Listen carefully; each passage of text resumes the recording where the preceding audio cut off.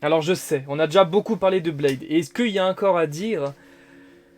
Oui, mais comme je vous l'ai dit récemment, il avait attaqué les Night Stalkers. Il s'est alors éloigné de ses amis Frank Drake et Hannibal King. Mais je vous rassure, ils vont se reparler à nouveau quand ils seront tous les deux face à un fils de Lilith, Short Circuit. Un jour je vais me mettre à retrouver le mec qui donne des noms à des super vilains dans cet univers, vraiment. Et de leur côté, Hydra crée un clone de Dracula. Il se fera appeler Bullstorm, et une des anciennes épouses de Blade va venir le chercher pour retrouver son fils, Janus. Et il découvre que son ancien ami Tajnial, dont je vous ai parlé dans les premières parties, est un vampire et sert Vanae, le premier seigneur vampire qui est revenu à la vie à cause du sang affaibli. La formule Montessi là, ouais, bah elle est capoute. Mais lorsqu'un trio de super vilains tente de ressusciter Vanae, car oui, il serait visiblement mort entre temps, et il sauvera également Bible John, qui se fera traquer par une équipe nommée les Vamps. Et il apprendra que King et Drake ont fusionné mystiquement avec Bloodstorm pour former le nouveau Dracula. Il s'associera alors avec Bible John et Arbaleth, un Blade d'un futur alternatif de la Terre 99-404.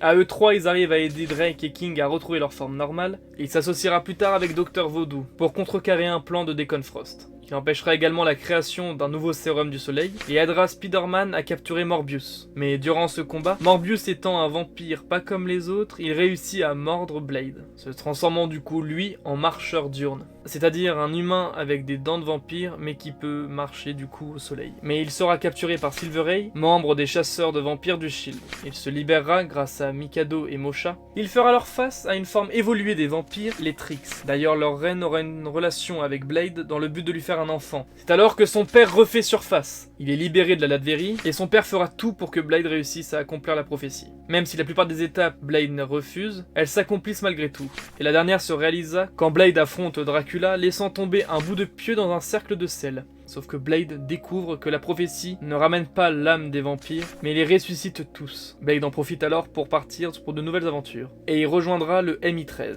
Mais ça commence mal quand il voulut tuer son équipière Spitfire étant elle-même une vampire. Mais heureusement, elle sut gagner le respect de Blade, au point qu'ils commencent même à avoir une relation tous les deux. Et là, on va vers la fin de ses aventures. Ça commence par Cauchemar, qui va envahir la Terre, mais il fera affaire avec le sorcier suprême Dr Voodoo pour mettre fin au règne de Cauchemar. Plus tard, Xarus, le fils de Dracula, tuera son père dans le but de lui succéder. Xarus se dirigera vers Utopia, la ville mutante, afin de les vampiriser. Blade s'associera avec eux et sera contre les plans de Cyclope qui propose de réanimer Dracula. Blade préfère alors quitter Utopia, mais sera assommé par Cyclope qui réanimera malgré tout Dracula, qui d'ailleurs tranchera la tête de son fils pour se venger. Un peu plus tard, il retrouvera aussi Monica Rambeau, mais leur conversation sera stoppée par l'arrivée de Thanos. Il prendra alors une identité secrète et se fera appeler Spider-Hero, devenant membre des nouveaux puissants Avengers. Mais changera d'identité et de costume, se faisant appeler Ronin.